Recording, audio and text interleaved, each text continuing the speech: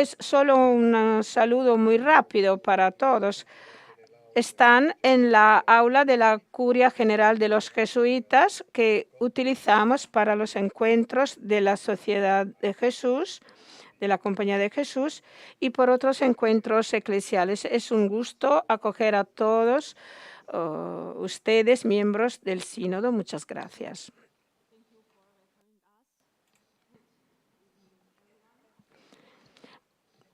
Muchas gracias por su acogida. Buenas tardes a todos. Bienvenidos y bienvenidas.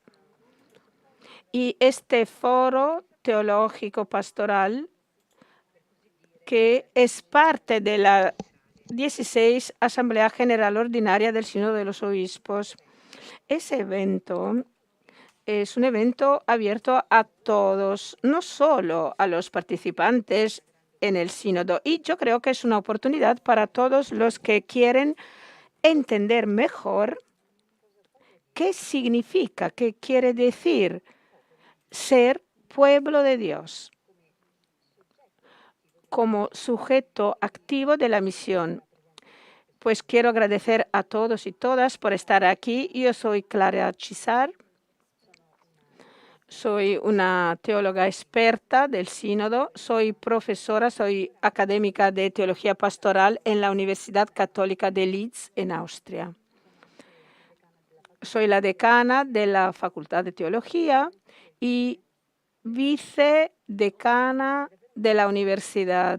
Es un honor por mí poder ser la moderadora de esta discusión. Y esta tarde hablaremos del pueblo de Dios como sujeto de la misión y tendremos con nosotros unos oradores muy expertos que podrán compartir sus puntos de vista con nosotros. Cada ponente tiene 15 minutos para presentar su ponencia y al final de las presentaciones podremos tener un lapso de tiempo para plantear preguntas, para tomar la palabra con un debate abierto aquí en la sala. Les voy a explicar ahora cómo va a funcionar un poco la sesión del debate más tarde. Ahora quiero agradecerles nuevamente su presencia y nada, vamos a empezar nuestro diálogo.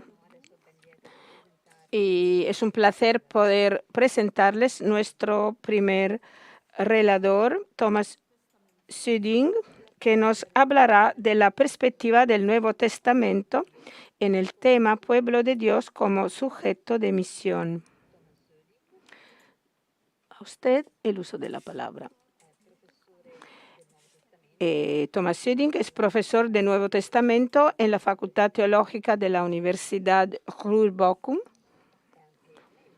y es miembro de la Academia de Ciencias en el Nordrhein-Westfalia y fue miembro también de la Comisión Teológica Internacional entre 2004 y 2014. En este tiempo ha sido asesor del Pontificio Consejo para las Nuevas Evangelizaciones desde 2011 hasta 2023. Ahora es consultor de la Comisión de Fe de la Conferencia Episcopal Alemana y vicepresidente del Comité Central de los Católicos Alemanes y de la Sinodalidad de la Iglesia Católica en Alemania. Su investigación se centra en la exegesis bíblica y en la teología, hermenéutica y ecumenismo. Profesor Süding, a usted el uso de la palabra. Gracias. Eminencia. Bueno, yo tengo un inglés muy pobre que no tendrán ningún problema a entenderme.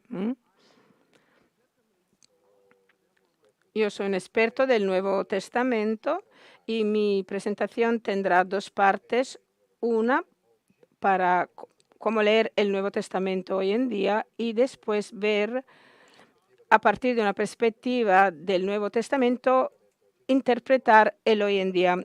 El mismo Jesús fue el primer misionero del Evangelio y no fue el solo misionero y su llamada al discipulado pretende convertir a los pescadores en pescadores de hombres. Eligió a los 12 para revelar que su misión era reunir a todo el pueblo de Dios bajo el signo del reino de Dios. La misión apostólica de los 12, que empezó a orillas del mar de Galilea, es algo fundamental para la Iglesia hasta hoy en día. Enraiza el post-Pascua en el Evangelio prepascual y garantiza la identidad de Cristo resucitado con Jesús de Nazaret y abre el horizonte del reino de Dios, que se ha acercado para todos los tiempos. Y los 12, los apóstoles, no estaban solos, estaban con otros discípulos, hombres y mujeres, que Jesús envió a proclamar el Evangelio. Lucas da un testimonio de una misión de los 72 con el mismo mensaje y la misma autoridad de los 12.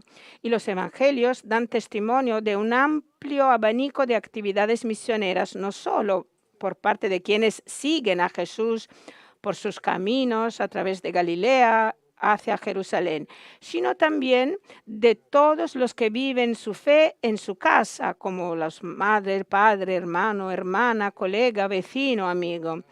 Y el hombre de Gerasa, que quería ser seguidor de Jesús, Jesús le llamó a predicar el Evangelio en su propia casa y se convirtió en misionero en la Decápolis. Y la mujer de Betania que ungió a Jesús hizo una buena obra para él, anticipándose a su muerte y resurrección, y será recordada donde quiera se proclame el Evangelio. Y la samaritana del pozo se convirtió en misionera entre su gente, y decía, tal vez es este el Mesías.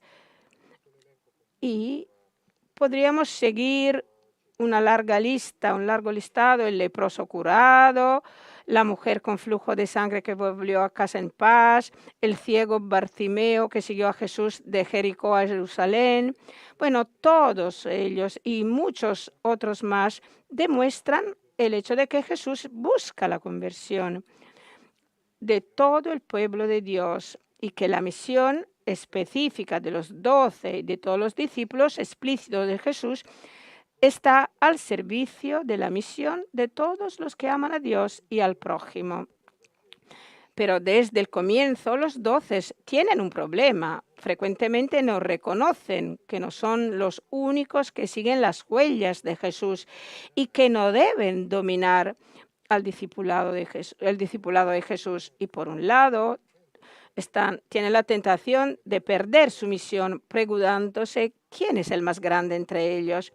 Pero por otro lado, impiden a las personas que las personas lleven a sus hijos a Jesús, que son los verdaderos ejemplos de fe, y tratan de prohibir a la gente y liberarlas de los demonios en nombre de Jesús, porque no nos siguen, mientras que Jesús dijo, quien no está contra nosotros está por nosotros. Y no es cometido de los 12, de todos los discípulos, controlar la fe en Jesucristo, sino hacerla posible. No es su autoridad que define la única forma de ser discipulado, sino que es su ministerio que promueve una rica variedad de estilos de vida personal, de fe, que están en la comunidad del discipulado. No es competencia de los 12 y de todos los demás discípulos excluir de la comunidad misionera a todos los que Dios ha donado sus dones, sino que es deber de todos ellos poner justamente en su lugar a los que reclaman el poder de definición sobre los corazones y las mentes de los demás creyentes.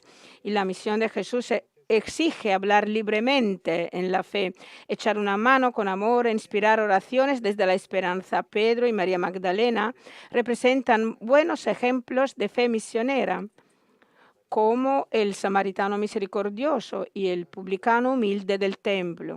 Marta y María de Betania representan tan buenos modelos como el mercader que compró la perla costosa y la ama de casa que tomó levadura y la escondió en 3 paquetes de harina para que todo pudiera crecer. Andrés y Felipe son tan buenas figuras del discipulado como el dueño de una casa en Jerusalén, que pone su habitación superior a disposición de Jesús y sus discípulos, y los 5.000 que comparten el pan que Jesús les donó. Y las maneras en que se vive la misión se diferencian según la vocación, pero la misión es una y sola: anunciar el reino de Dios que se ha acercado.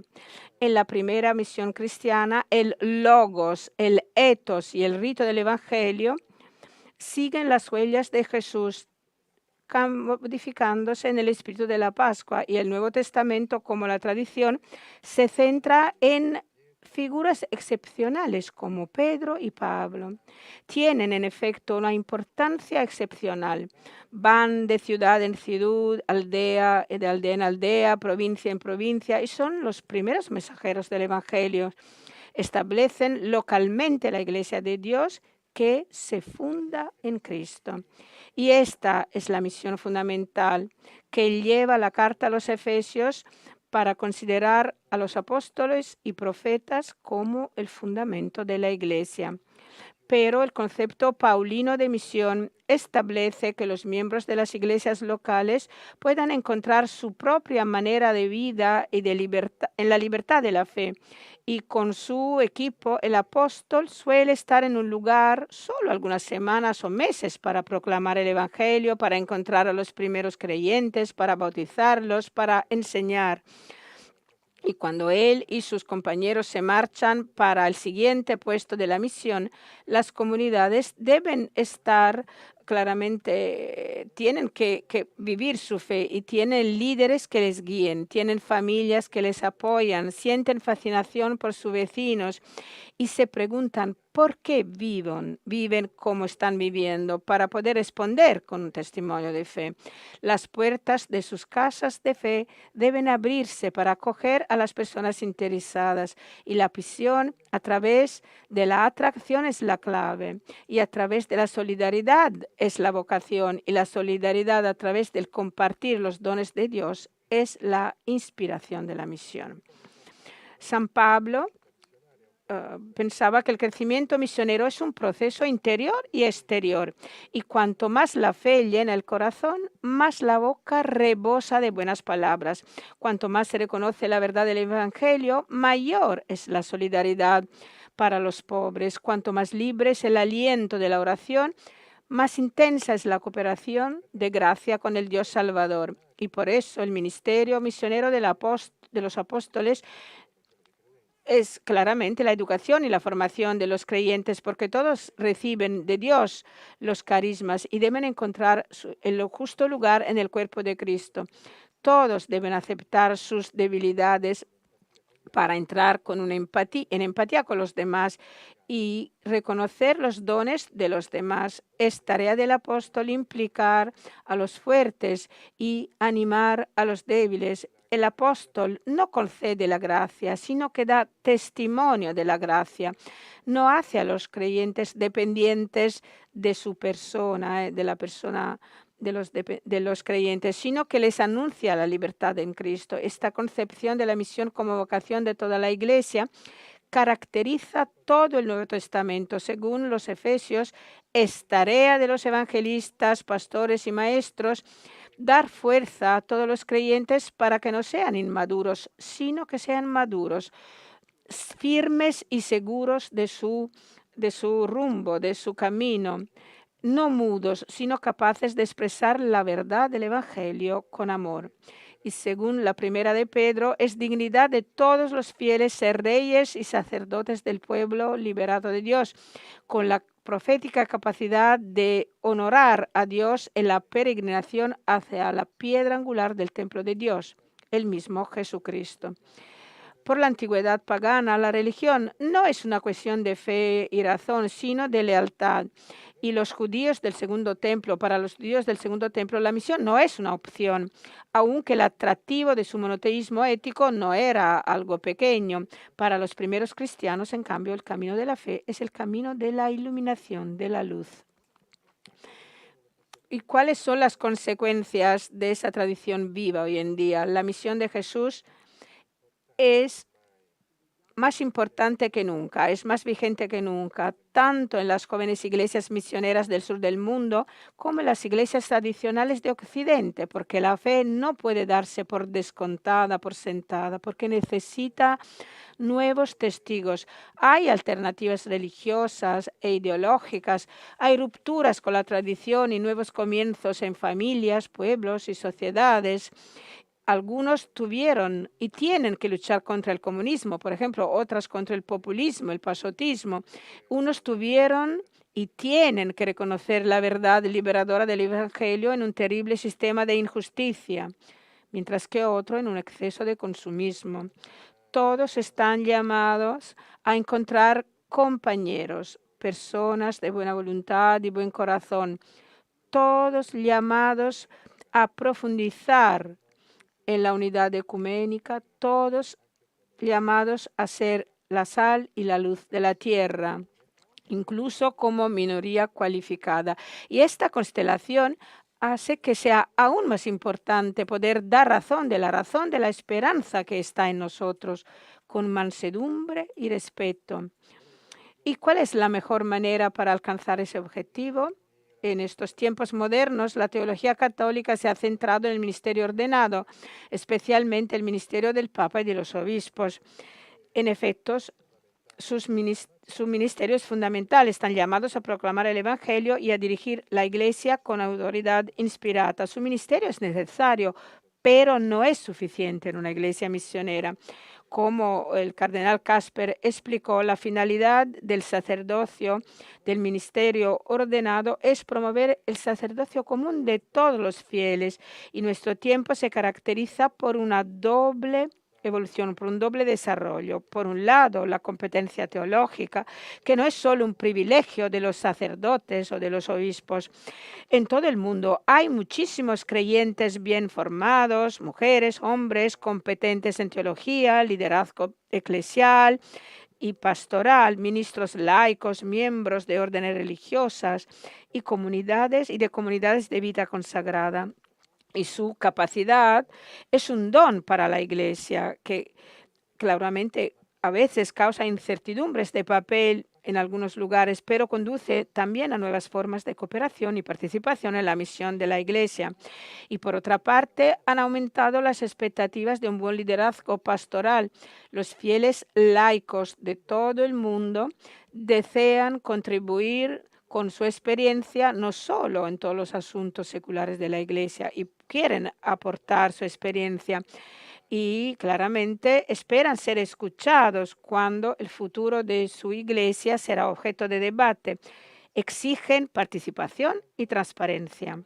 Y por lo tanto, la misión es el horizonte de la sinodalidad y la sinodalidad es la forma que fortalece a todo el pueblo de Dios como sujeto de la misión. Muchísimas gracias.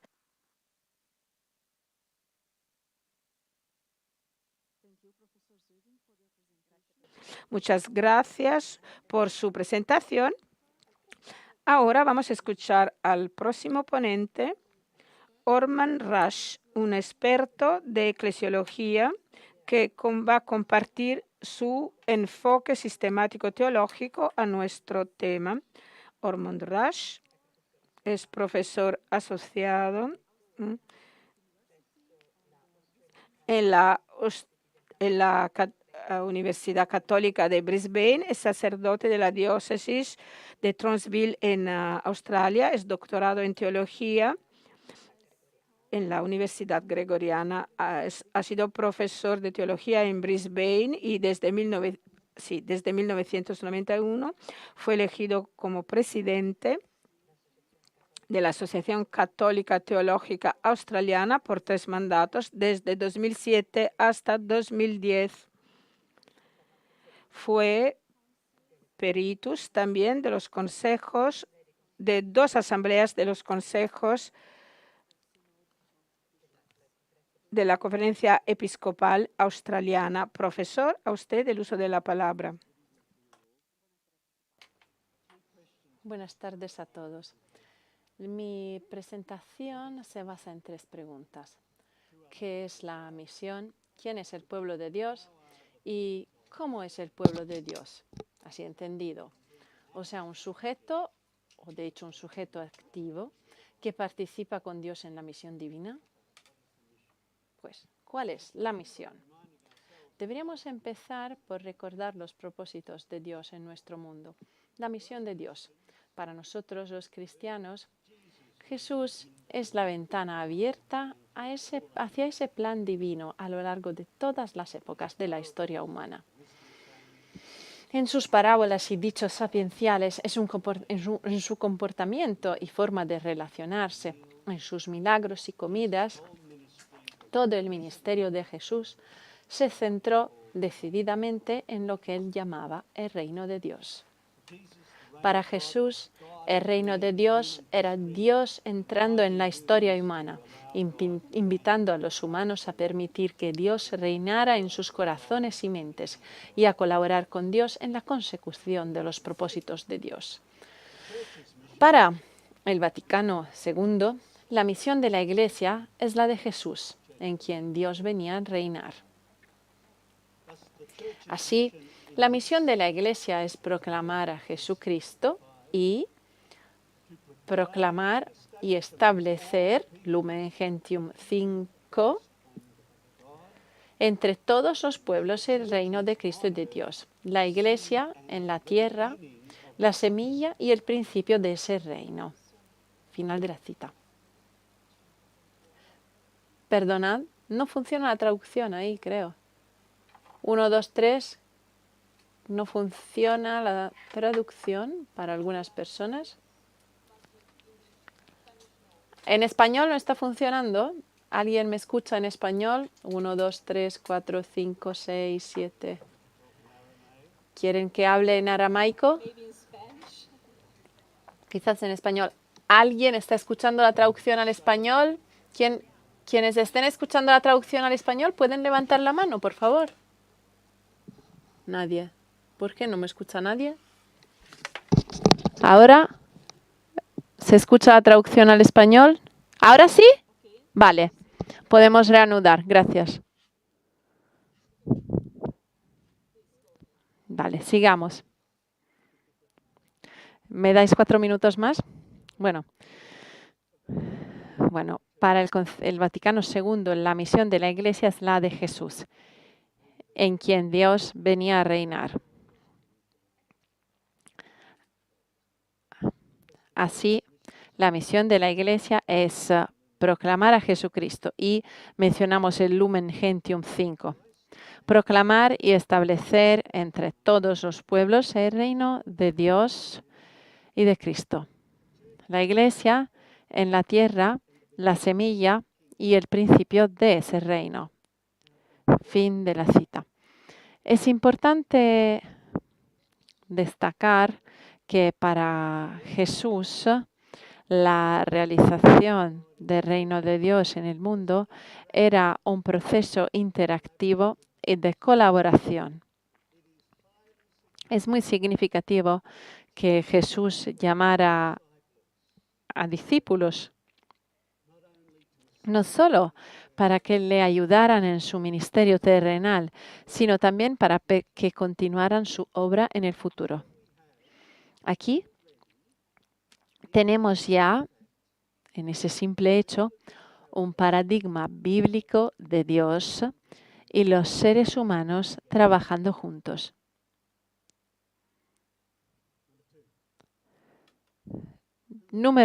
Pregunta número 2. ¿Quién es la Iglesia? Perdone, tengo que interrumpir otra vez. ¿Funciona? Italiano, el canal italiano está bloqueado.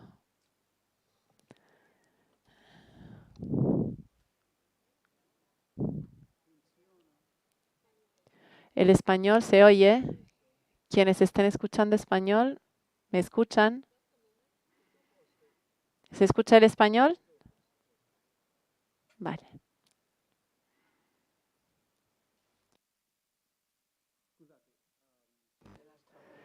Perdonen. Se escucha la sala, porque algunos de ustedes tienen los micros encendidos. Entonces se escucha la interpretación, los que hablan y la sala. Es por esto que pido a todos que apaguen sus micrófonos, porque algunos de ustedes tienen los micrófonos encendidos. Les rogamos que los apaguen, por favor.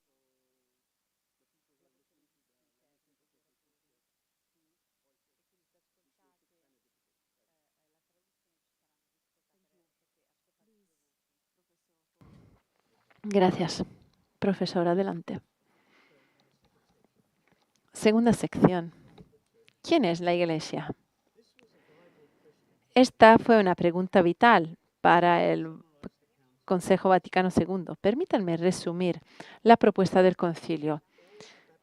La Iglesia son todos los creyentes bautizados que se comprometen, en sentido primario, a ser discípulos de Jesucristo, cualquiera que sea su ministerio o rango.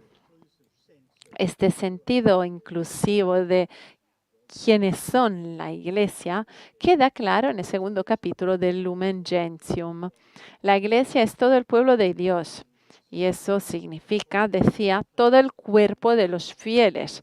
La Universitat Fidelium, Lumen Gentium 12, entre los que se incluye la jerarquía, es decir, papa, obispos, presbíteros y diáconos. En otras partes, el concilio considera al pueblo de Dios desde tres ángulos, por así decirlo, en términos de comunión. El pueblo de Dios es la comunión de todos los fieles bautizados en todo el mundo, la Communio Fidelium, todas las iglesias locales en las que viven, Communio Ecclesiarium, y la comunión entre todos los obispos de esas iglesias y el obispo de Roma, la comunio jerárquica o la comunión de los obispos. Todo el pueblo de Dios como sujeto comunitario en misión debe entenderse en estas tres dimensiones interrelacionadas de la comunión.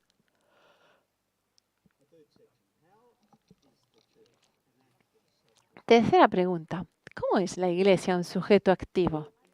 Hay al menos 4 sentidos interrelacionados en los que la Iglesia, todo el pueblo de Dios, es un sujeto activo en su participación en la misión de Dios. Primero, el pueblo de Dios es un sujeto de interpretación. ¿Y por qué empezamos por eso? La Iglesia tiene que llevar a cabo varias interpretaciones debido a su misión. Pero como vemos en el Nuevo Testamento, la primera generación de discípulos posterior a Pentecostés consideró que esta tarea interpretativa era de crucial importancia, incluso mientras los testigos oculares de Jesús seguían vivos en sus comunidades. Y se expandían en las varias áreas. En los 27 libros del Nuevo Testamento se da una dinámica que me gusta llamar hermenéutica apostólica.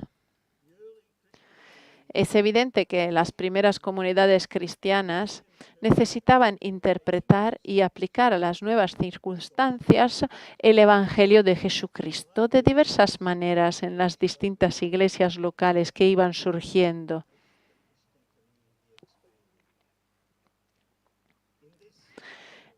En esta así llamada era apostólica y en la formación de la tradición apostólica posterior a Pentecostés,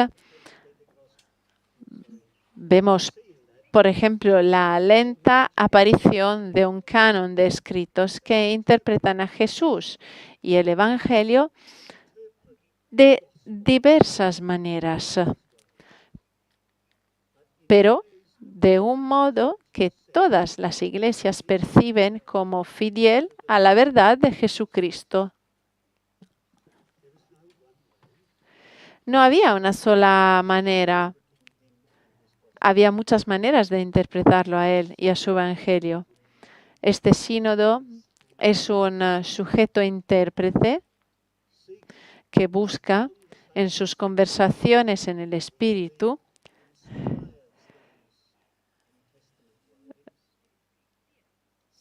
la guía del Espíritu para comprender para el siglo XXI el significado de lo que Dei Verbum 7 llama el Evangelio pleno y vivo.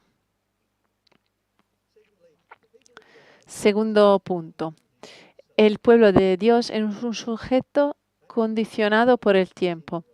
El Consejo Vaticano II puso de relieve esta interrelación entre la fe, la respuesta humana permanente a la revelación divina, y la historia, la condición humana en el tiempo.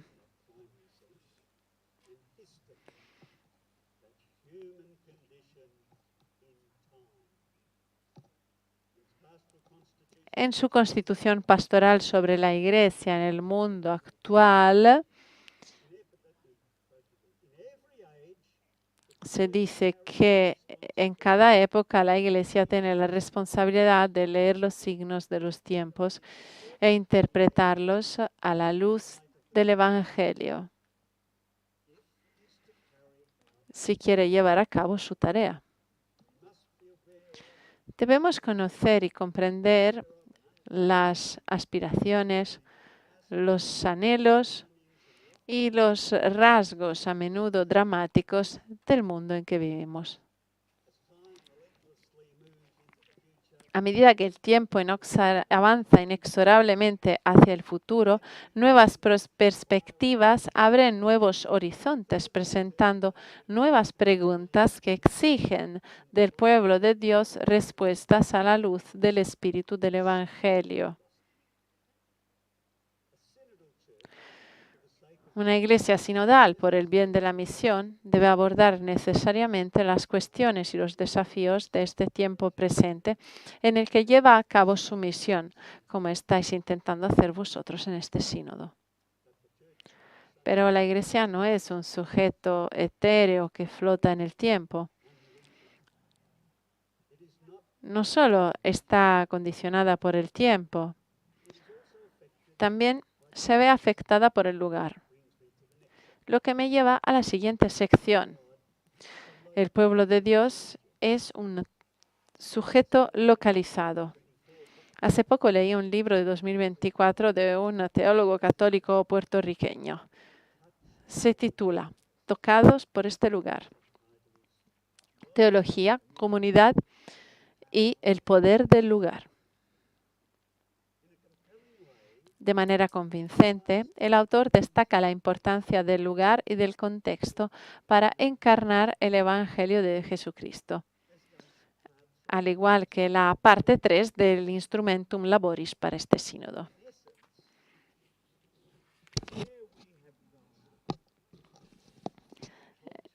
Pero en esencia, el lugar donde hemos crecido, la cultura en la que vivimos, la lengua que hablamos, todo ello configura, para bien o para mal, nuestra forma de interpretar el espíritu del Evangelio y nuestra forma de pensar en qué debería encarnarse mejor en palabras y obras.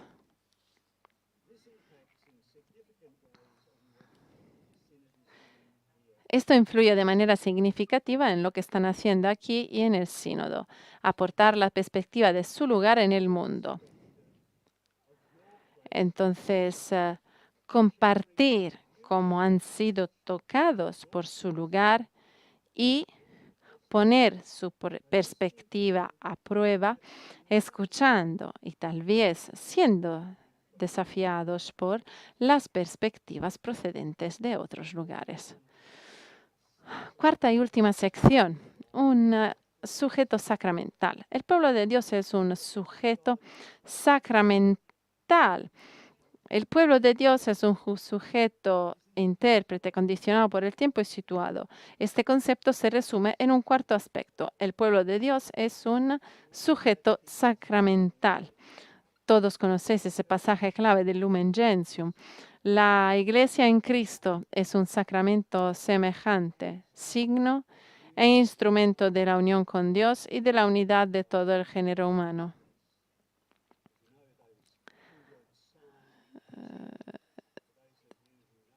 Las palabras signo e instrumentos. Ayer hablamos del significado de la palabra signo, que es necesaria para conocer los sacramentos. Como signo, el pueblo de Dios muestra y manifiesta a Dios actuando en el mundo. Como instrumento de Dios, la Iglesia es un medio de gracia para llevar a cabo lo que Dios quiere. Quiero terminar centrándome en esta noción de la Iglesia como sacramento para reflexionar sobre cómo la noción de una Iglesia sinodal puede ayudarnos a evitar lo que nuestra tradición doctrinal católica ha considerado como comprensiones desequilibradas de la forma en que Dios trabaja con los seres humanos, particularmente en la Iglesia.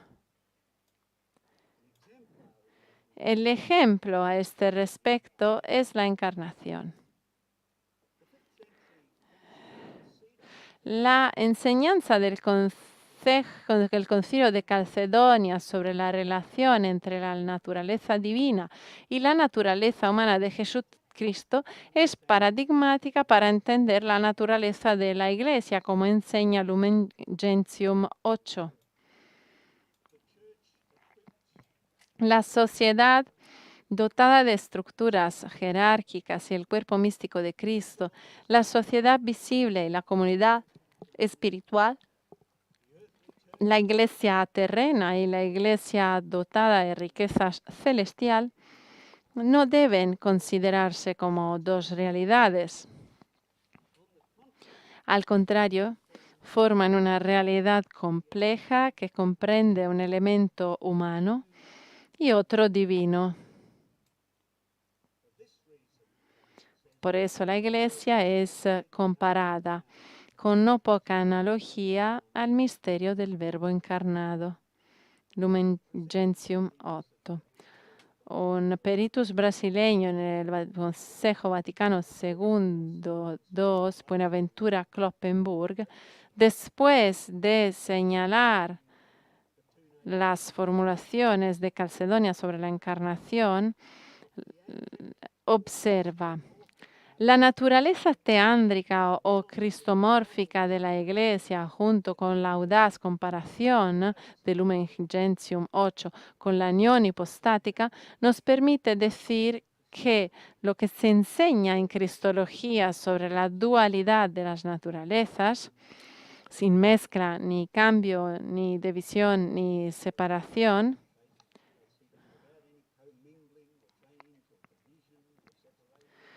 pues la dualidad de las naturalezas y su unidad, sin dualismo ni dicotomía, en Cristo se aplica análogamente a la Iglesia.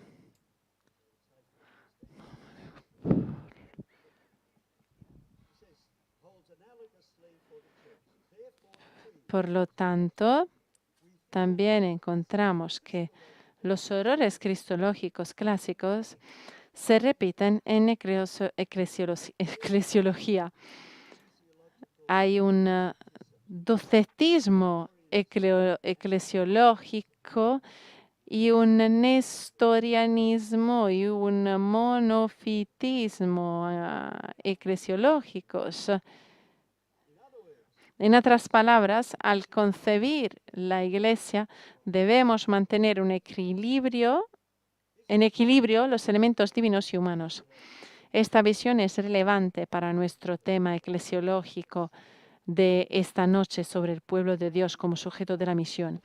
En efecto, hay formas en las que todo el pueblo de Dios o la jerarquía dentro de él, como sujeto activo que participa en la misión divina de Dios, puede ser sutilmente minimizado o sobredimensionado, ya sea en términos de elementos divinos o del elemento humano.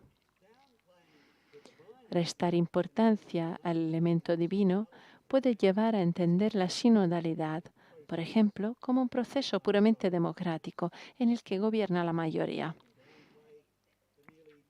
Esto, por supuesto, puede restar importancia a la tradición católica de casi 2 milenios de episcopado como un ministerio necesario de supervisión de los procesos eclesiales y de la toma de decisiones. Por otra parte, restar importancia al elemento humano puede llevar a entender la sinodalidad, por ejemplo, como un proceso puramente consultivo en el que las verdades respuestas a los problemas contemporáneos desde la perspectiva de Dios, solo las conocen los obispos. Mirar a Calcedonia nos ayuda a evitar los dos extremos del minimalismo magistral y del maximalismo magisterial.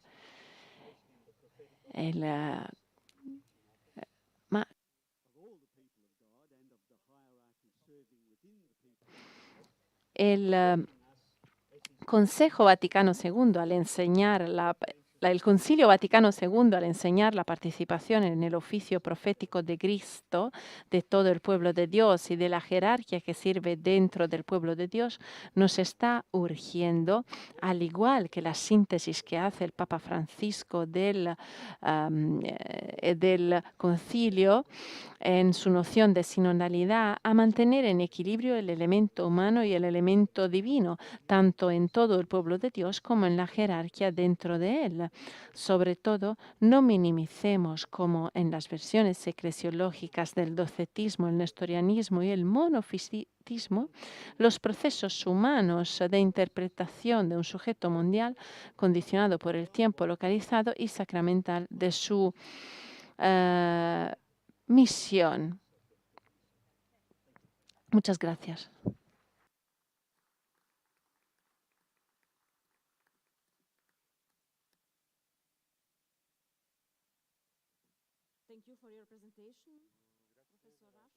Muchas gracias por su presentación, profesor Rush. Ahora vamos a escuchar a la profesora Donata Horak, que es profesora de Derecho Canónico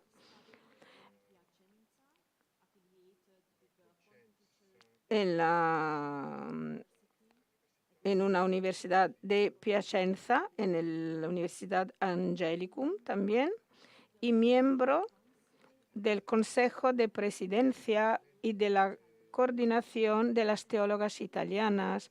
Es secretaria, además, de la Coordinación de las Asociaciones Teológicas Italianas y colabora con muchísimas revistas y es miembro de la editorial de la revista Credere Oggi.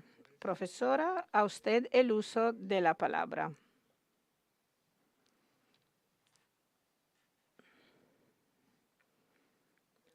Muchas gracias. Voy a hablar italiano y no soy capaz justamente de traducir al inglés. Esperemos que funcionen los aparatos. Claro, agradezco por estar aquí, por la invitación. Y antes que nada quiero expresar mi alegría. Por la mañana me desperté feliz porque tenía esa cita con todos ustedes y estoy muy feliz de poder ver de cerca los trabajos que estoy siguiendo desde afuera, porque yo no soy miembro del sínodo, no soy participante en el sínodo. Vamos ahora al derecho canónico, que como se sabe muy bien, el enfoque, la aproximación a la ley se ha modificado a lo largo del último siglo y yo creo que hace falta encontrar nuevamente nuestra tradición jurídica canónica, que fue influenciado por el positivismo jurídico, por el normativismo en esa fase de las codificaciones. Yo creo que tenemos que buscar y encontrar nuevamente ese lazo entre derecho, teología y vida, la vida de la Iglesia, nuestra vida. Cualquier reforma se va a desarrollar, incluso en ámbito canónico, tiene que ser hecha para ser más fieles a la tradición. Y esa es mi premisa. No se pueden hacer reformas o sínodos para imponer nuestras visiones de la Iglesia, sino para encontrar nuevamente la auténtica y originaria voluntad del fundador.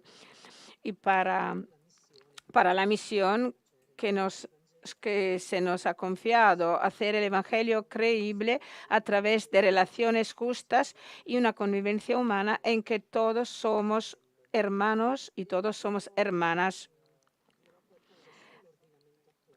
Voy a hablar un poco del ordenamiento actual y hablaré también sobre los posibles desarrollos futuros y las posibles reformas que se refieren a 3 puntos: el sujeto, pueblo de Dios; las decisiones y las deliberaciones, es decir, cómo el pueblo de Dios participa en la formación de las decisiones, en la toma de decisiones; y la representación, si tendremos tiempo para afrontar ese tema.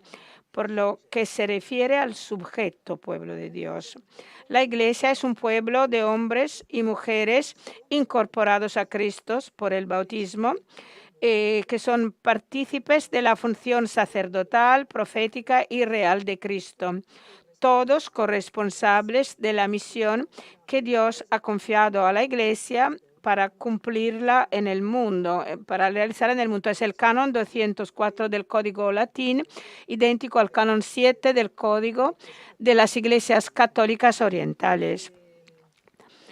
Por primera vez en la historia, los 2 códigos postconciliares han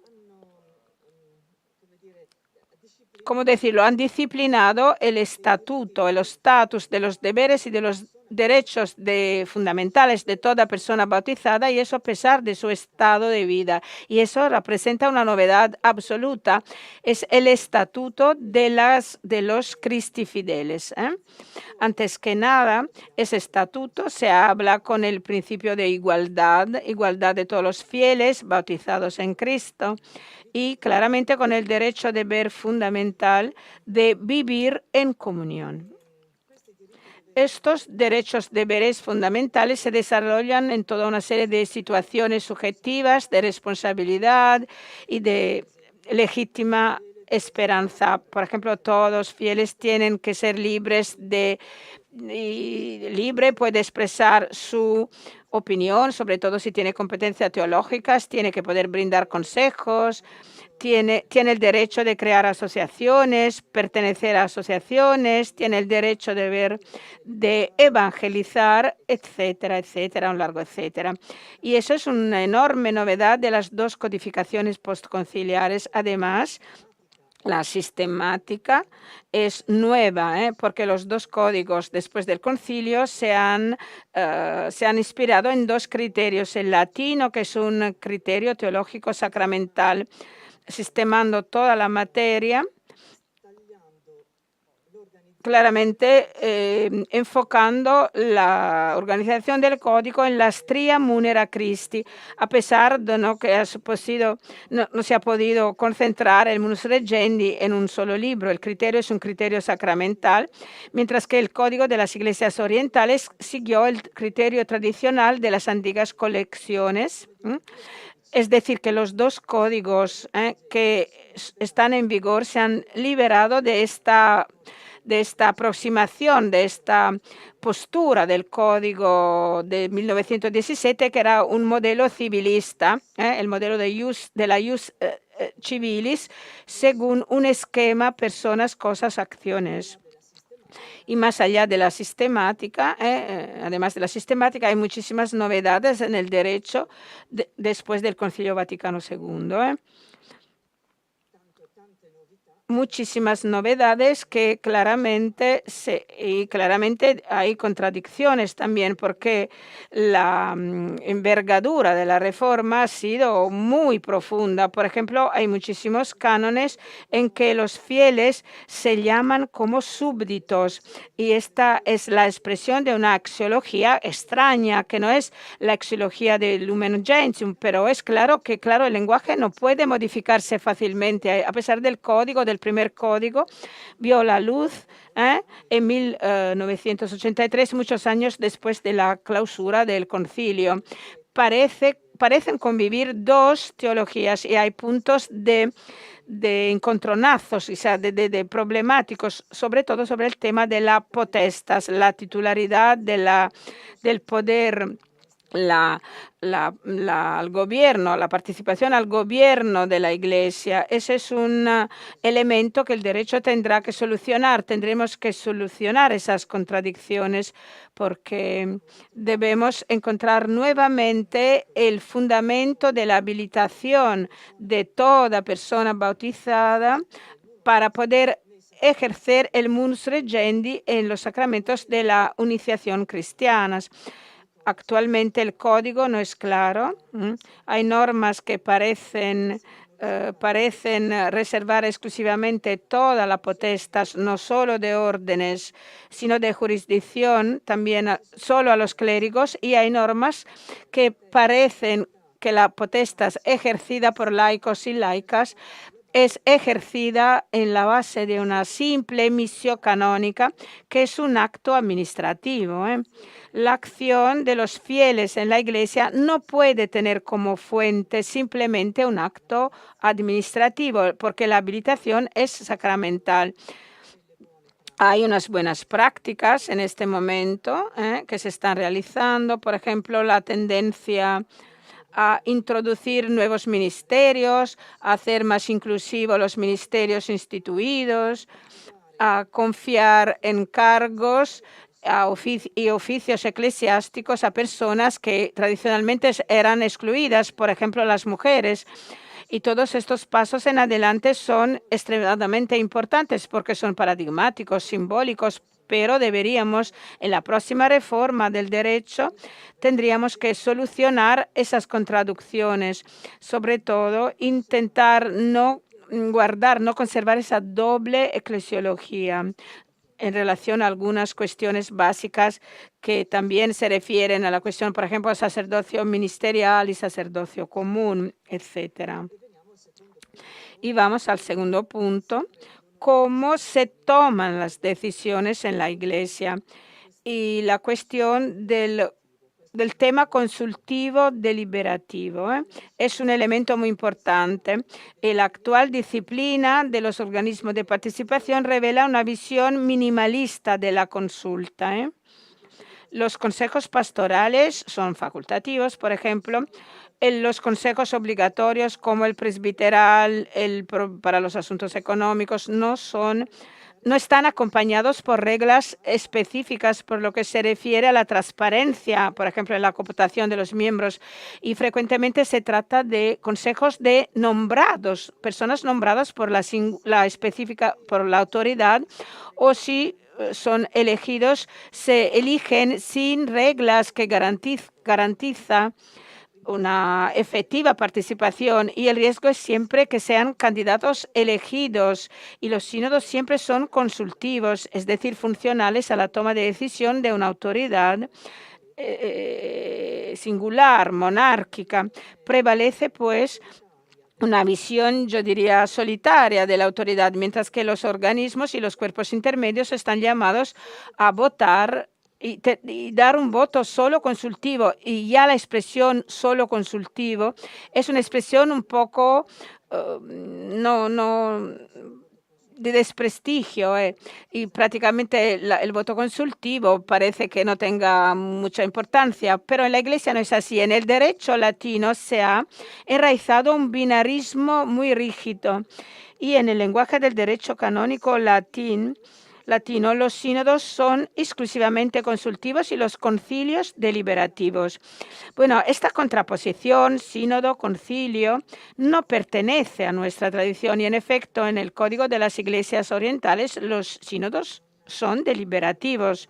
No es tradicional esa separación tan rígida. Y cuando se dan, por ejemplo, concilios plenarios, por ejemplo, provinciales, un poco especiales, se ha utilizado muy poco, se celebran poco, se utilizan poco estos tipos de concilios. Y de iure condendo, ¿qué auspiciamos? Recuperar el sentido auténtico de la consulta. El consultivo eclesial representa la condición de eclesialidad en el ejercicio de la autoridad. El poder deliberativo, en el momento en que se ejerce de forma individualista o monárquica, no aumenta y no acrecenta la comunio a pesar de ser legítimo, y las decisiones en la Iglesia no son válidas solo porque expresadas por la autoridad legítima. No es esta nuestra impostación jurídica, ¿eh? Las decisiones son válidas porque es fruto de un discernimiento comunitario, de un proceso sinodal eclesiogenético. Y la Iglesia no puede ser una monarquía. ¿Y qué significa eso? ¿Que tenemos que abarcar un modelo democrático, abrazar un modelo democrático? No, no, en este caso no. La Iglesia, claro, no puede ser una mera organización donde el voto de uno vale uno, uno vale el otro, uno vale uno.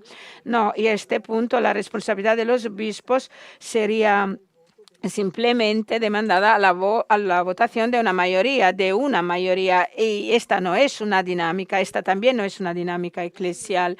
La sinodalidad es algo más profundo de la monarquía, es algo más profundo de la democracia. Deberíamos descubrir nuevamente la dinámica de un voto deliberativo compartido, distribuido en sujetos diferentes, a organismos e intraministeriales, compuestos en razón de competencias por materia o de la situación eclesial en que se encuentran para tomar la decisión. El principio jerárquico tiene que incluirse, pues, dentro de una dinámica relacional, de relaciones eclesiales que son complejas y asimétricas, donde los carismas, ministerios, oficios, competencias están distribuidos diversamente y siempre en la comunión garantizada por los obispos.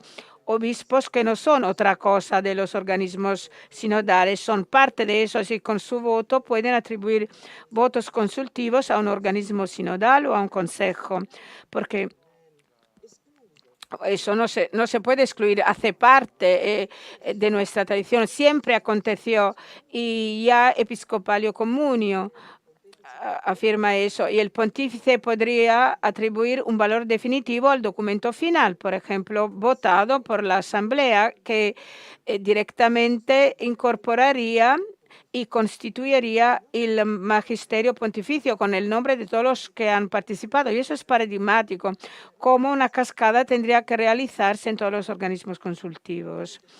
Tenemos algunos principios en nuestra tradición que tal vez suenan democráticos, pero en realidad son antiquísimos. Quod omnes tangit, ab omnibus tractari debet. Es un principio muy, muy antiguo. Lo que toca a todos tiene que ser deliberado por todos si la autoridad quiere y decide conferir voto deliberativo. Y el actual canon 127 del Código Latino 934 del Código Oriental, el canon 934 del Código Oriental, es un poco tímido, yo diría demasiado tímido, ¿eh? No vincula la autoridad y no obliga a render razón, a render cuenta de una decisión que se quiere apartar de la decisión de algunos órganos. Y hoy se habla de accountability, pero si leemos los Hechos 11:1-4, donde quien tiene la autoridad explica las motivaciones de una decisión no conforme, es una práctica muy antigua. Y solo decir pocas palabras sobre la representación.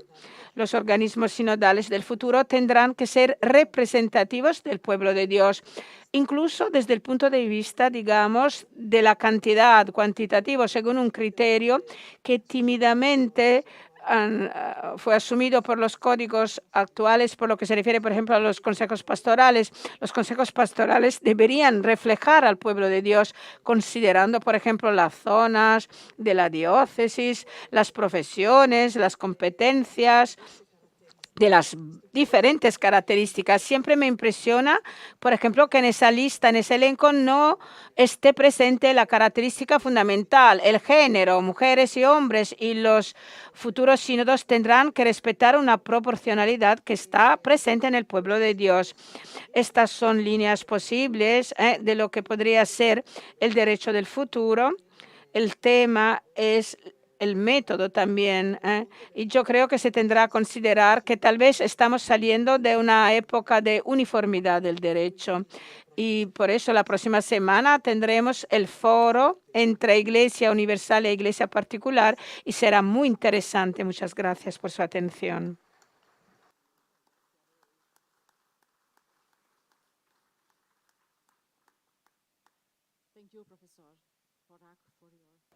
Muchas gracias, profesor Arak, por la presentación.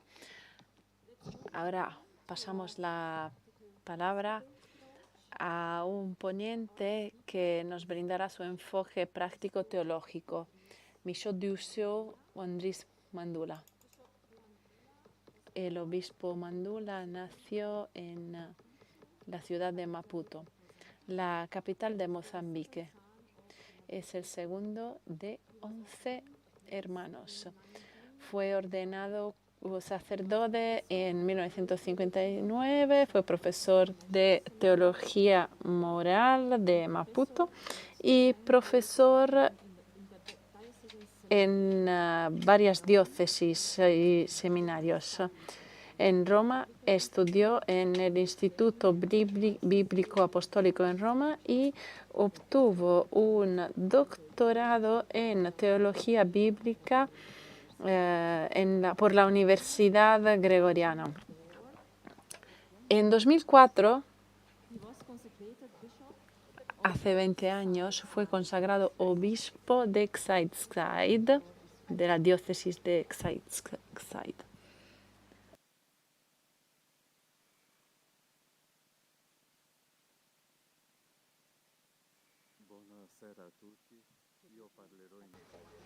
Buenas tardes, voy a hablar en italiano.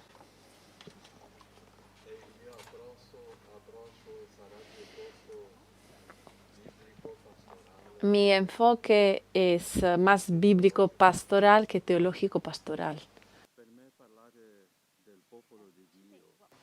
Para mí, hablar del pueblo de Dios como sujeto de la misión es un poco como hablar de la participación de la comunidad de los discípulos de Jesús, el verdadero pueblo de Dios en el Nuevo Testamento, en la realización del plan salvífico de Dios, destinado a la salvación de toda la humanidad. En efecto, como dice el decreto Ad Gentes número 2, la Iglesia peregrina en la tierra, es decir, el pueblo de Dios, es misionera por naturaleza, en cuanto tiene su origen en la misión del Hijo y en la misión del Espíritu Santo, según el designio de Dios Padre.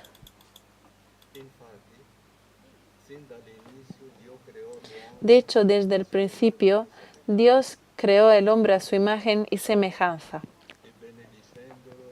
y le bendijo con una misión: sed fecundos y multiplicaos, llenad la tierra, sojuzgadla y dominad a los peces de la mar, a las aves del cielo y a todo ser viviente que se arrastre sobre la tierra.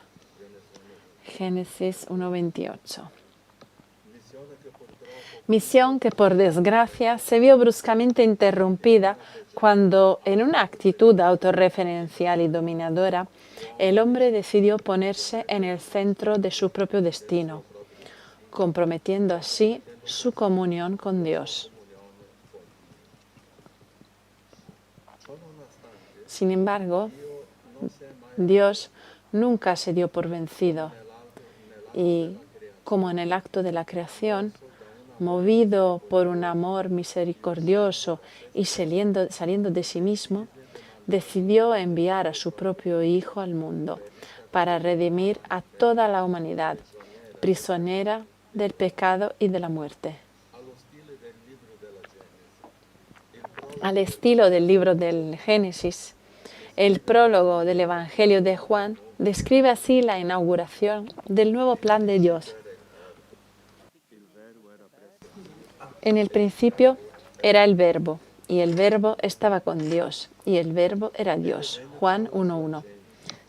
Él vino en medio de su pueblo, y a todos los que le recibieron les dio poder de ser hijos de Dios, a los que creen en su nombre.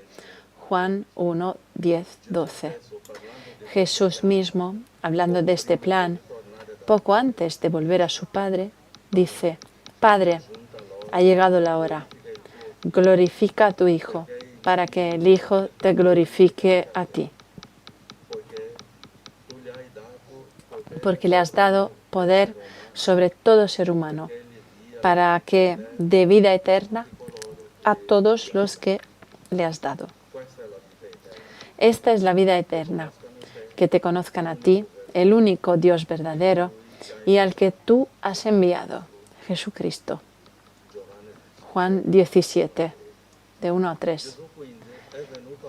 Jesús, por tanto, vino al mundo para cumplir la misión del Padre, una misión enteramente destinada a la salvación de la humanidad y de la creación, que, como dice Pablo en su carta a los romanos, aguarda con impaciencia la revelación de los hijos de Dios y abriga la esperanza de que también ella será liberada de la esclavitud de la corrupción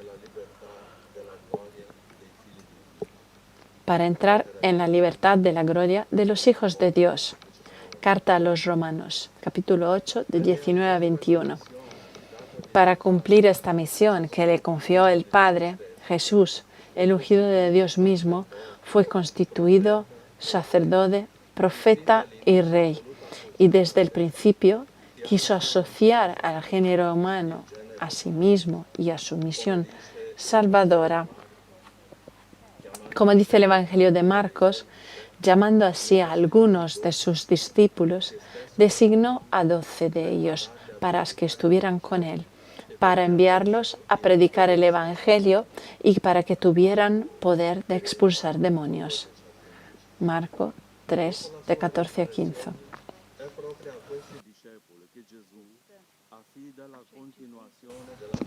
Después de su resurrección, es a estos discípulos a quienes Jesús confía la continuación de la misión que le encomendó el Padre.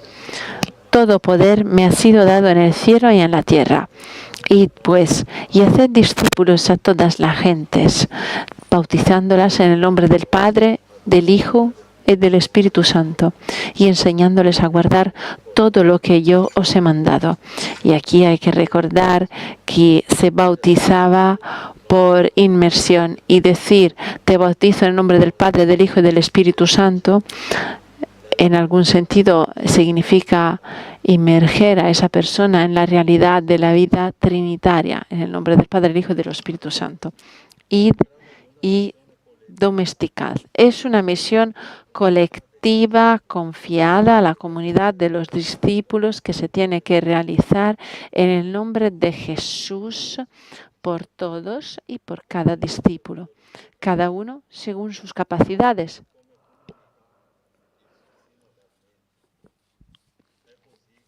Esto ha de realizarse siempre como comunidad y sinodalmente. Así habla Jesús de esta misión al Padre en su oración sacerdotal. Como tú me enviaste al mundo, yo también los he enviado al mundo. Te ruego que todos sean uno como tú, Padre. Estás en mí y yo en ti. Que ellos también estén en nosotros, para que el mundo crea que tú me has enviado. Juan 17, de 18 a 21.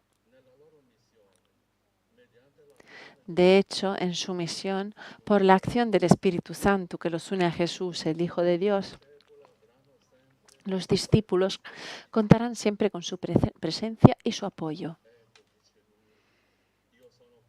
He aquí que yo estoy con vosotros todos los días, hasta el fin del mundo.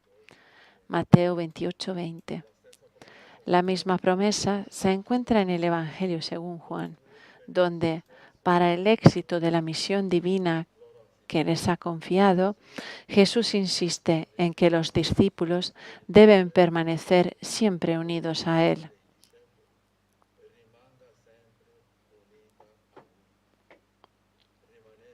Permaneced en mi amor, como yo he guardado los mandamientos de mi Padre y permanezco en su amor.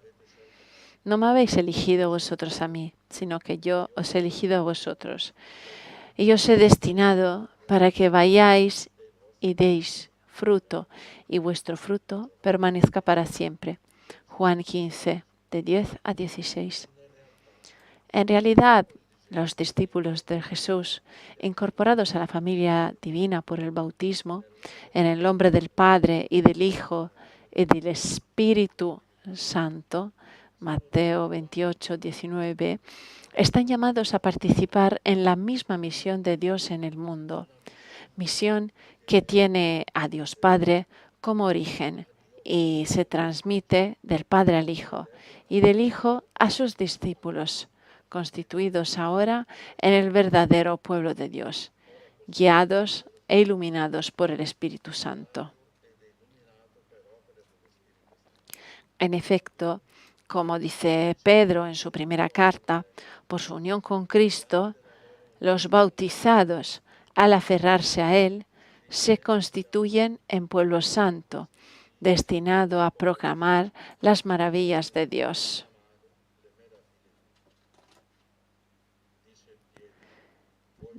Dice Pedro, vosotros sois el linaje elegido, el sacerdocio real, la nación santa, el pueblo que Dios ha adquirido para sí, para que anunciéis las maravillas de aquel que os llamó de las tinieblas a su admirable luz. Vosotros, que en otro tiempo no erais pueblo, ahora sois en cambio pueblo de Dios. Vosotros, que en otro tiempo estabais excluidos de la misericordia, ahora en cambio habéis alcanzado misericordia. Primera carta de Pedro, capítulo 2, de 9 a 10. Por eso, en el cumplimiento de la misión que se les ha confiado, los discípulos de Jesús, es decir, el pueblo de Dios, están llamados a hacer como Dios mismo ha hecho: salir de sí mismos, ir al reencuentro de la humanidad necesitada de salvación, invitándola al encuentro con Dios. Un encuentro que se realiza mediante el bautismo, que lleva al hombre a la plena participación en la vida que Dios mismo le ha preparado. Como acabamos de decir, la misión tiene su origen en Dios y no en el hombre. Se funda en la acción trinitaria de Dios en el mundo, que en su bondad misericordiosa sale de sí mismo y viene al encuentro del hombre para salvarlo del pecado y de la muerte. Es lo que dice Zacarías en el Benedictus, cuando habla de la salvación que Dios ha preparado para su pueblo. Por la bondad misericordiosa de nuestro Dios, un sol naciente nos visitará desde lo alto para iluminar a los que están en tinieblas y en sombra de muerte y para dirigir nuestros pasos por el camino de la paz. Lucas 1, 78-79. La Iglesia, pues, como comunidad de los discípulos de Cristo, como comunidad de los hijos de Dios, no es dueña de la misión, sino sierva misionera, llamada como María a realizar una misión de salvación en el mundo, anunciando a Cristo resucitado, buena noticia de salvación para el mundo entero, y acercando a todo hombre a Dios, que, como en la parábola del hijo pródigo, nos espera impaciente e inconsolable.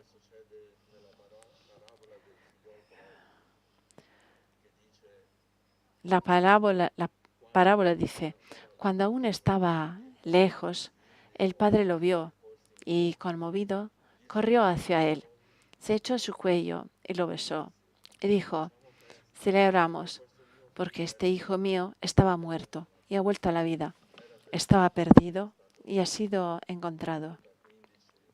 Lucas 15, de 20 a 24.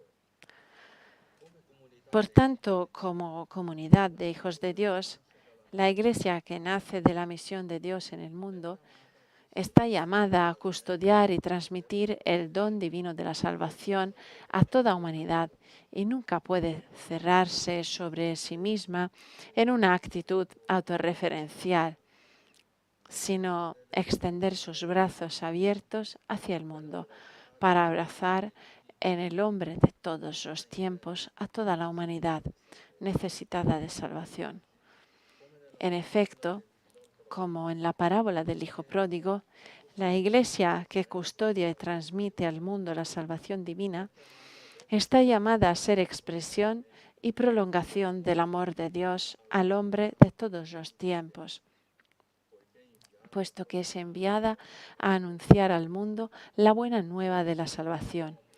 En efecto, cada vez que un hombre se convierte y por el bautismo vuelve a la presencia de Dios, su Padre, hay una gran alegría en el cielo, y es como si Dios Padre, ya consolado por la vuelta a la vida de cada uno de sus hijos, ordenara a sus siervos: vamos, traed el vestido más hermoso y vestidle, ponedle el anillo en el dedo y los zapatos en los pies.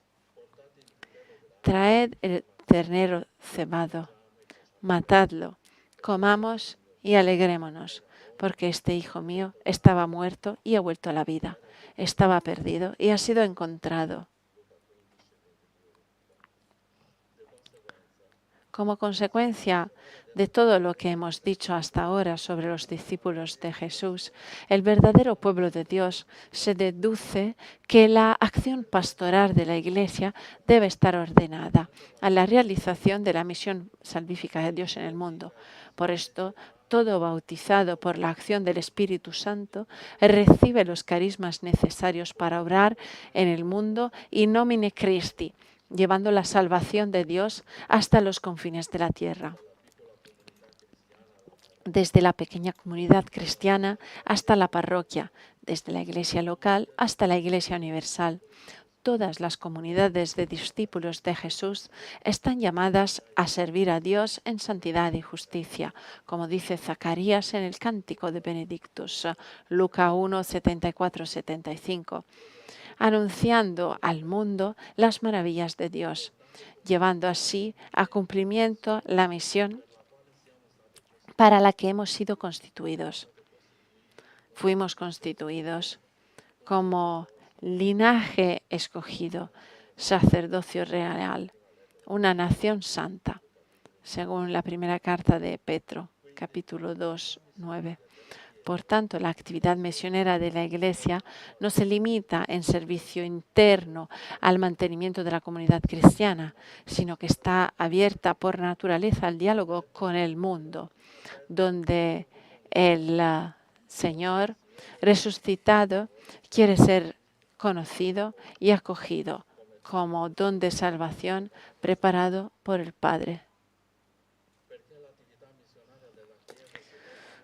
Por lo tanto, para que la actividad misionera de la Iglesia se convierta en una realidad concreta al servicio de Dios y del hombre, hay que pensar siempre en una actividad pastoral que tenga que ver con la transformación de toda la comunidad de fieles en una comunidad de servidores misioneros al servicio de Dios en el mundo necesitado de salvación. Toda la comunidad de los bautizados desde la iniciación cristiana debe de orientarse hacia la misión, como ya se hace en algunas diócesis del mundo, en respuesta a la recomendación del Papa Francisco en Evangelii Gaudium, donde nos anima a tomar la misión como paradigma de toda la acción pastoral de la Iglesia. Precisamente con esta finalidad, y solo hago un ejemplo, aunque habría muchos, en mi diócesis hemos confiado a las grandes comunidades parroquiales el anuncio del Evangelio en las zonas de primera evangelización. Creamos equipos misioneros compuestos por distintos miembros de la comunidad parroquianas, jóvenes, sacerdotes consagrados y fieles laicos, que partiendo juntos y animados por la fuerza del Espíritu Santo, llevan a término la misión salvífica que Dios ha confiado a su Iglesia por medio de Jesús, su Hijo. Cuando regresan de su misión, Qué alegría en sus corazones, la alegría de participar en la misión misma de Dios, trabajando por la salvación de la humanidad. Al final, gana toda la comunidad parroquial, que se siente interiormente renovada. Los que no pueden partir para la misión de primera evangelización participan en la gran misión confiada a su parroquia. Aportan todo lo necesario para el éxito de la obra misionera. Y no solo esto, renovados por el compromiso de los misioneros adyentes, se convierten también en misioneros de Dios en sus propios barrios, en sus lugares de trabajo y ahí donde haya una persona necesitada de la misericordia divina, especialmente los pobres, los enfermos, los excluidos por la sociedad.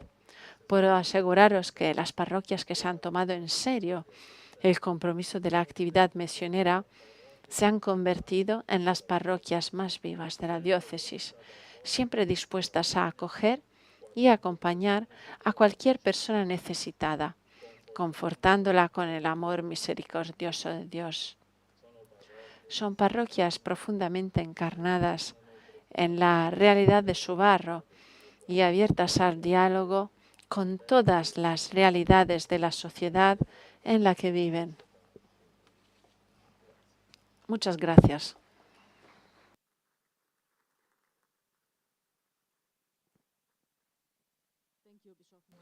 Muchas gracias, Obispo Mandula, por su presentación. Ahora, antes de tomar el uso de la palabra, de poder hacer un debate, vamos a guardar un minuto de silencio para reflexionar sobre las palabras que escuchamos y después vamos a la segunda parte de nuestra tarde. Estamos listos para abrir un debate, la posibilidad de plantear preguntas. Pueden levantar la mano para hacer la pregunta. Por favor, no olviden decir a quién quieren hacer la pregunta, ¿eh? Y rápidamente decir también quién sois, de dónde llegan. Tenemos unos micros, sí. Vamos a escuchar.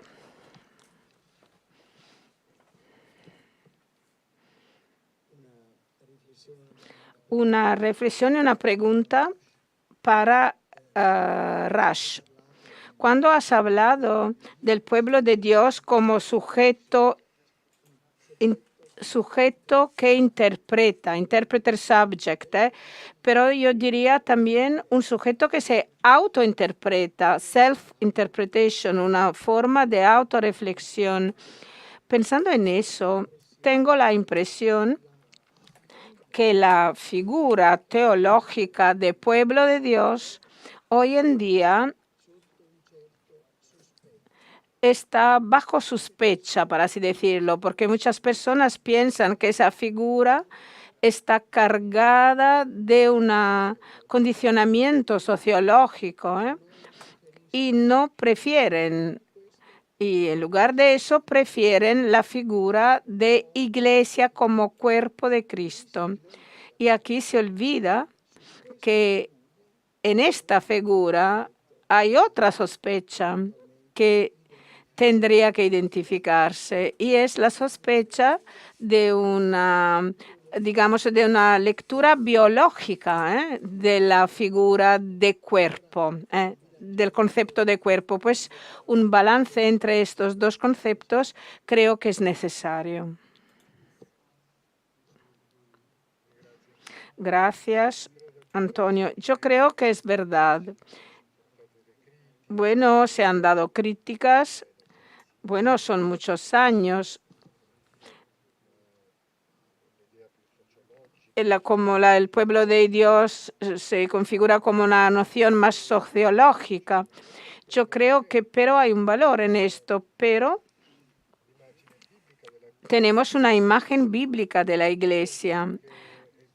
Pero creo que la importancia por el Concilio Vaticano II es que cuando se ha tomado la palabra pueblo, y creo que sí, que existe realmente un valor en esa crítica sociológica.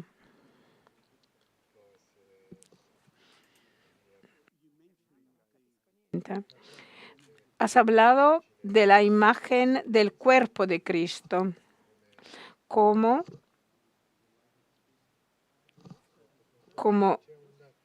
una relación con el cuerpo de Cristo, pero también tenemos una tercera imagen, que es el templo del Espíritu Santo. Por ejemplo, en Lumen Gentium, cuando se habla de pueblo de Dios, pero en ese capítulo acaba afirmando que se habla de una noción trinitaria de la Iglesia en Lumen Gentium, y se habla justamente de Padre, la Iglesia como pueblo de Dios Padre. El Lumen Gentium habla de Jesucristo, Hijo de Dios, y la Iglesia como el cuerpo de Cristo. Y también en el artículo 4 del Espíritu Santo, se habla del Espíritu Santo como templo. Y claramente se habla de estas tres figuras juntas, y tenemos que mantener las tres figuras, las tres imágenes trinitarias de Dios: pueblo de Dios, cuerpo de Cristo y templo del Espíritu Santo. Yo creo que todas estas imágenes, cada una de estas imágenes nos ayude a entender qué es la Iglesia sinodal. Y no creo que se tiene que añadir mucho más sobre esto. Ojalá haya respuesto a tu pregunta. Después, otras preguntas, palabras pedidas.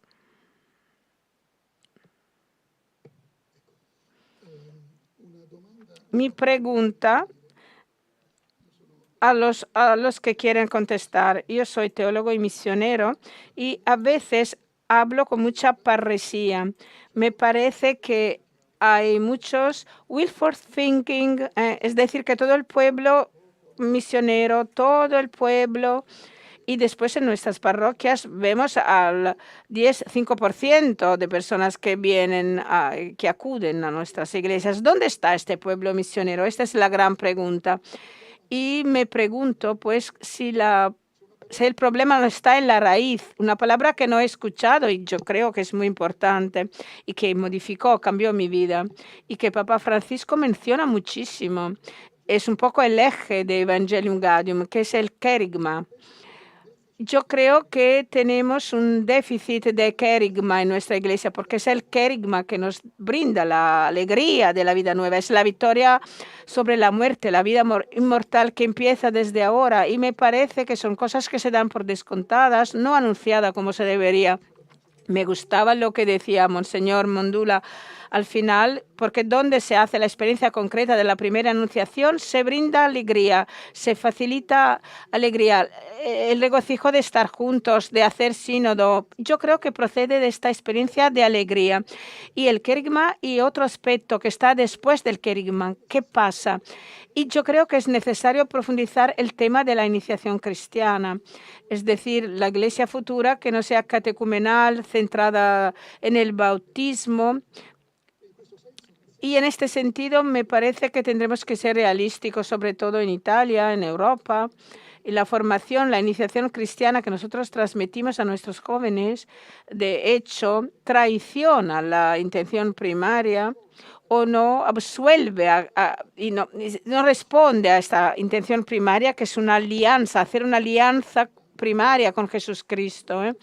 Yo creo que ahí tenemos un déficit de querigma, de alegría, de iniciación cristiana, y creo que estamos llamados a una renovación eclesial en este sentido también.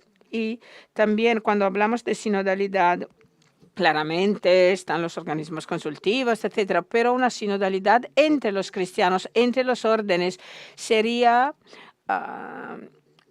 por ejemplo, la orden de las viudas, de los jóvenes, de los catequistas que puedan interactuar diocesanalmente en la diócesis con finalidades misioneras de anunciación.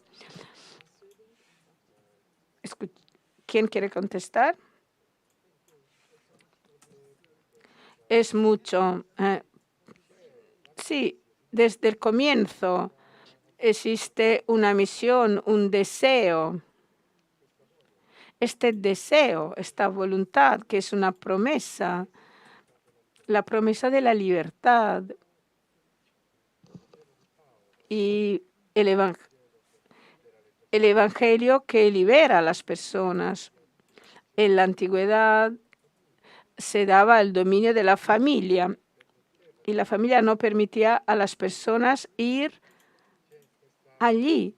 Existe ese dominio de los varios dioses entre los deberes hacia estos dioses y ver que tú, esclavo, tú, mujer, tú, mercader en Roma, tú eres el responsable del Evangelio. Claro que es una experiencia de libertad a partir del amor de Dios. Esta es la promesa del Nuevo Testamento y estoy seguro que no tendríamos un éxito misionero de los primeros cristianos, un éxito, un logro sin todo eso. Y lo que tenemos que ver ahora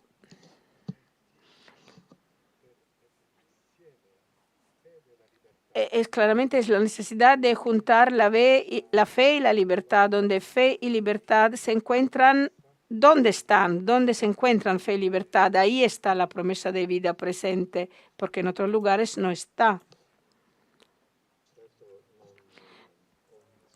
No he mencionado el tema querigma, pero en mi ponencia, en mi intervención, he hecho hincapié en lo que dice Jesús en su mandato a los discípulos.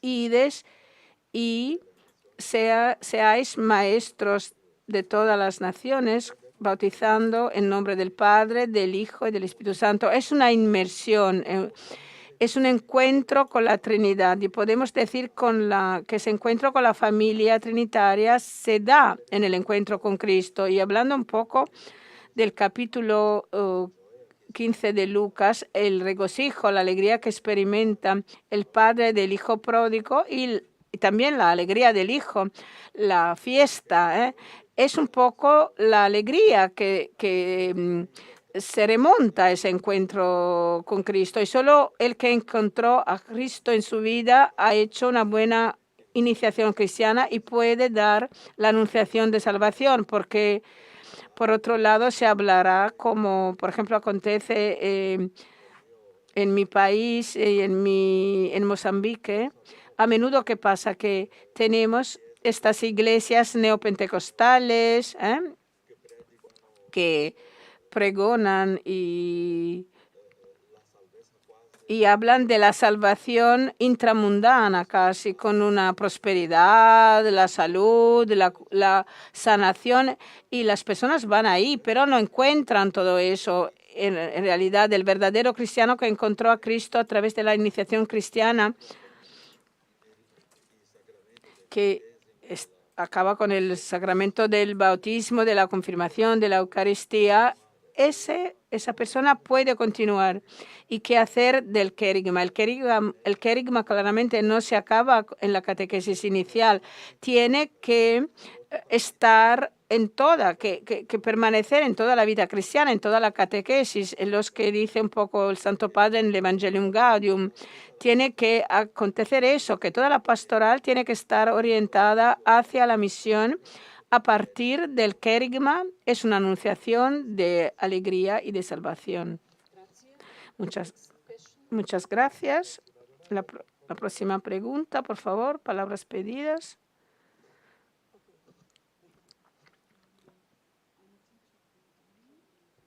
Soy una profesora alemana y mi pregunta es para el profesor Söding.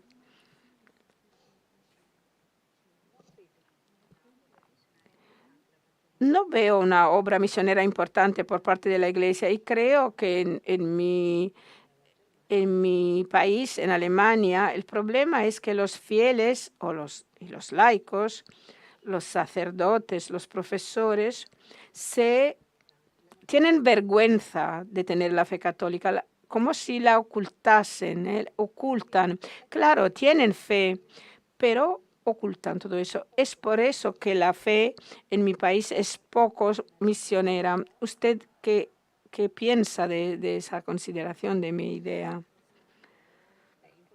En primer lugar,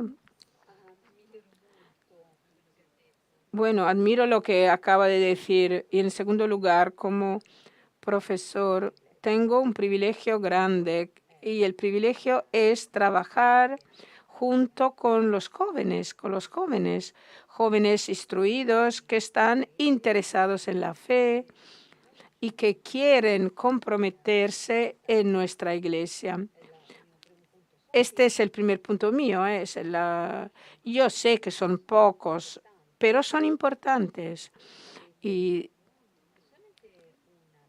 solo una pequeña parte de estos chicos serán sacerdotes. Tenemos muchas mujeres que son muy instruidas, muy capacitadas. Tenemos muchos hombres ordenados, sacerdotes, que tienen una gran instrucción, una educación fuerte, motivados mucho, y esa es una fuente de esperanza para mí. Conozco a muchas familias, además, en que la fe se transmite a la generación futura, pero eso acontece con nuevas formas y espero que la fe se pueda convertir en algo más visible para, por ejemplo, poder contar con redes que puedan hacernos entender que estamos en el buen camino, que este es el camino. Y estoy en favor de todos los encuentros, por ejemplo, que organizamos en Alemania cuando nos reunimos. Por ejemplo, celebramos cada 2 años la Jornada de los Católicos en Alemania. La última vez estamos hablando de 40.000 personas que participaron en una ciudad en la parte oriental de Alemania, que es agnóstica. Y fue una verdadera fiesta de la fe. Hubo momentos de oración, debates. Y yo creo que nosotros necesitamos más manifestaciones como esta. Y nosotros, por ejemplo, tenemos el privilegio de ser educadores, de educar, de formar a los jóvenes, de enseñar religión católica en las escuelas públicas. Y tenemos que claramente entender cómo podemos transmitir la fe hoy en día, no con las ideas de hace 20 años atrás, claro. Última pregunta. Luca. Soy de CLAC, de la Federación Luterana. Soy un delegado fraterno. Tengo una pregunta para el profesor de Söding. En su presentación mencionó muchas de sus actividades, entre ellas su afiliación a la Comisión Católica Luterana que emitió el documento Bautizo, Crecimiento y Comunión. Este documento, conforme el instrumento Laboris, dice que el pueblo de Dios se compone de todos los bautizados en un Dios Trinidad. Pues si esto es verdad, el pueblo de Dios abre el horizonte de lo que podríamos llamar iglesia. Pues mi pregunta es, ¿qué significa para una iglesia católica sinodal que los miembros del cuerpo de Cristo vayan más allá la definición más estricta de lo que hoy en día definimos como iglesia? Muchas gracias por esta pregunta. Bueno, quería empezar afirmando que la palabra cuerpo procede de la teología política del Imperio Romano, donde la historia se contaba de arriba para abajo. Y se decía, quédate ahí, no te vayas hacia ninguna otra dirección. Lo que hizo Pablo en la carta para los Corintios y los Romanos fue abrir un camino. Él nos unió, Él nos dijo, vosotros sois el pueblo de Dios, vosotros debéis de reconocer el carisma del otro. Mi pregunta es, ¿de qué forma podemos nosotros, de forma ecuménica, desarrollar una teología del bautismo y una teología de la fe en la que reconozcamos el bautismo gracias a Dios? El bautismo, en nuestra tradición se interpreta de una sola forma, pero es una realidad eclesial. ¿Y qué significa esto desde un punto de vista eclesial? ¿Qué significa reconocer el bautismo? Yo creo que la hermenéutica de la fe mencionada por el compañero debe de ser la clave para fomentar la comunidad ecuménica del futuro.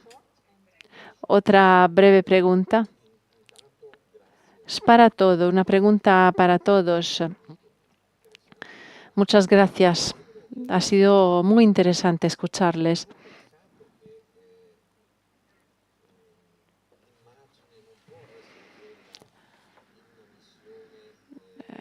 ¿No creen que la imagen no puede ser la de una misión que se dirige hacia un territorio neutral y que, según sus capacidades, convence a un sujeto neutral?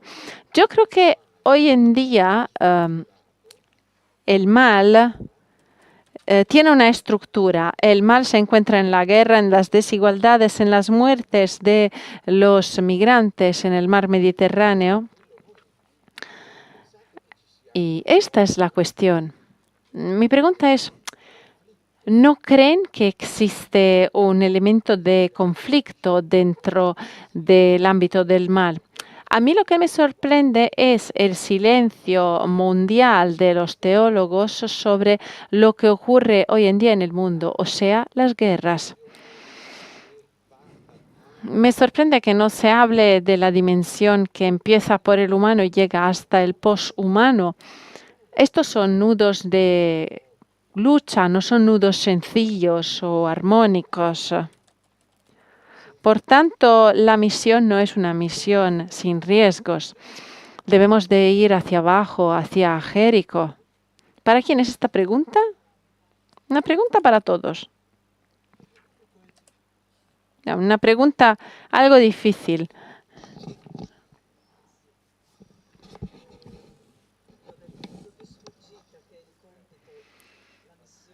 Antes dije muy brevemente que nuestra misión es una misión terrena que nos permita vivir relaciones justas donde no todos podamos reconocernos como hermanos y hermanas. Todo lo que estamos haciendo, el sínodo, las reformas de la Iglesia, las reformas del derecho canónico, y me doy cuenta de que mi perspectiva es muy especializada. Sin embargo, las reformas se tienen que hacer para nosotros, para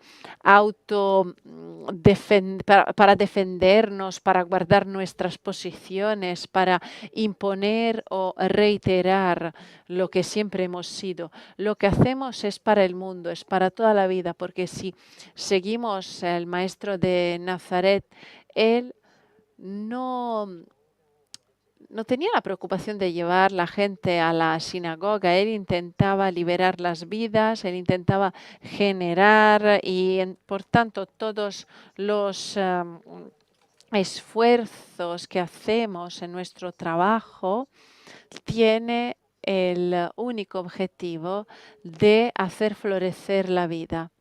Dentro de nuestra historia, obviamente, hay elementos de lucha. Parece que aquí hayamos dado una imagen irénica.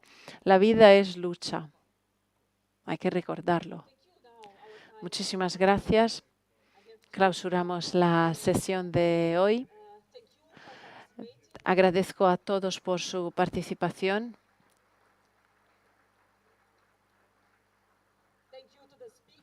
Muchas gracias a los ponentes y que pasen una buena tarde. Nos vemos mañana.